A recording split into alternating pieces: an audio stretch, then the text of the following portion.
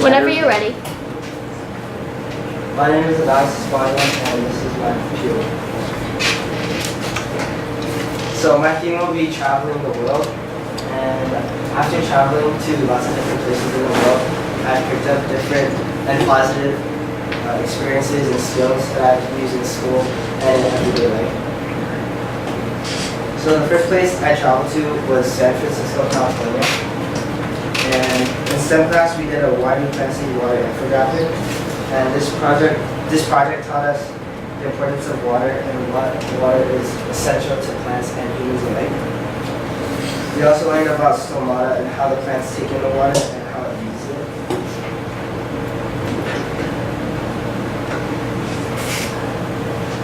So in California, due to the dry weather and drought to the plants, trees hardly get any water, and the plants start to shrivel up and die. And then when the dry hot sun hits them, sometimes they start forest fires. And there's a picture of this forest fire in California. And the thing that I picked up from it was self-assessment. That was building social emotional awareness and empathy in an increasingly interconnected world. And I gained that. I learned that by knowing that this could happen to anyone. The forest fire could happen to anyone, like anywhere. And you never know when something like that could happen to you. And in California, the majority of crops that feed America come out of California. And to be specific, it's a little over a third of America's crops that consumers around the United States eat. And when there's forest fires or wildfires that happen here in California, these can spread into farmers' fields or other crop fields, killing like all the plants. And then if the plants or crops are killed, then this could affect the consumers because then they won't be getting plants out of California. And then this is a picture of exactly how much gallons of water each plant needs to grow. So the next place I visited was Beijing, China. And in STEM class we did a project relating a cell organelle to the real world system. And the real world system that I chose was the city of Beijing. And for this project we had to, like I said, connect the cell organelle to a real world system. And so in the cell organelle there is nucleus. And this reminds me of a city because of the variety of things that it contains inside of it. So the nucleus is kind of like the leader or what controls the cell. And just like in China, Beijing is like the capital of the city. And the emperor, like the nucleus, affects everything that goes on in China, like the cell. And I had to self-assess and monitor my own progress in the beginning of this project because at first, this is my final project, or my final draft. But in the beginning, I did bad, so the drawing was bad, so I had to redo it. So China has the highest population in the world, encompassing 1.2 billion or 21% of the world's population. And when I visited Beijing, I learned about their overpopulation problem and the pollution problem as well. And while visiting China, I learned about these problems, but the big thing that I took away from it was knowing what the problem was is half the battle, but then how you respond to it and like how you fix it is like the rest. And for relating it to my project in STEM, I knew that relating the cell organelle to the city of Beijing was the problem, and the solution to that was finding the different analogies to the different cell and to China. And this is the Great Wall of China, and in my drawing that I showed before, the Great Wall of China was created in the 7th century to keep out invaders from invading China, just like the cell membrane keeps out like unwanted things in this cell. Next, I visited South Korea, and in English class we did flip grids explaining one sentence, one word, and one phrase that stood out to us in the previous reading.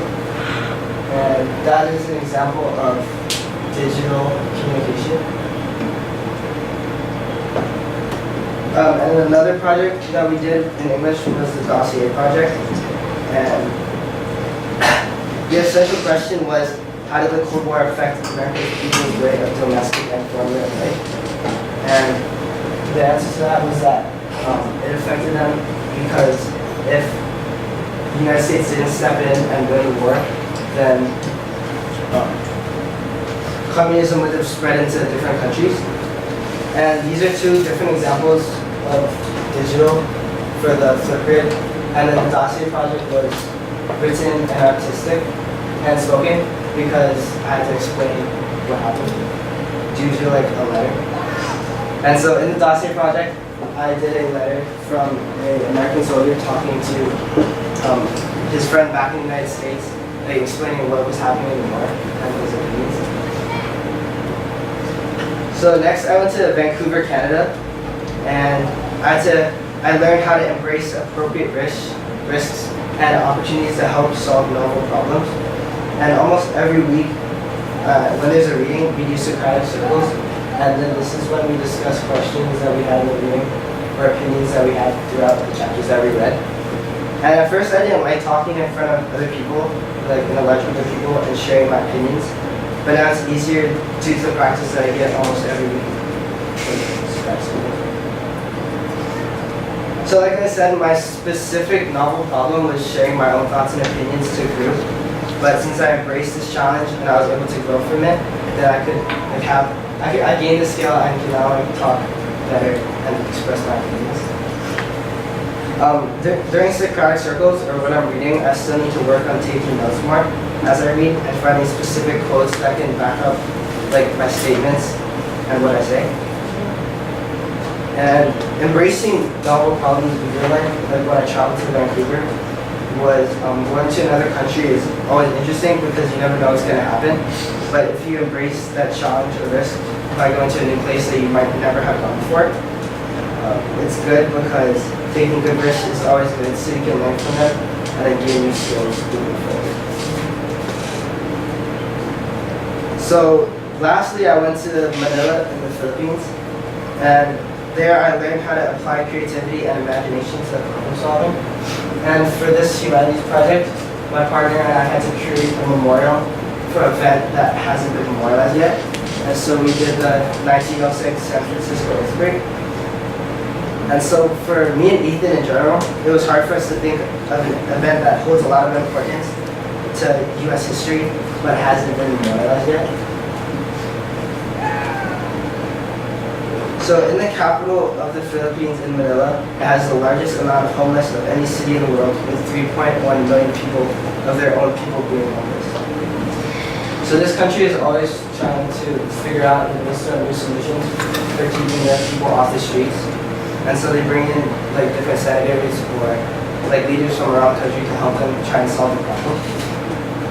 And so just like the homeless problem in the Philippines, in my memorial project, my partner and I had to be creative and find a good event that affected the United States history but had not been memorialized yet. Thank you.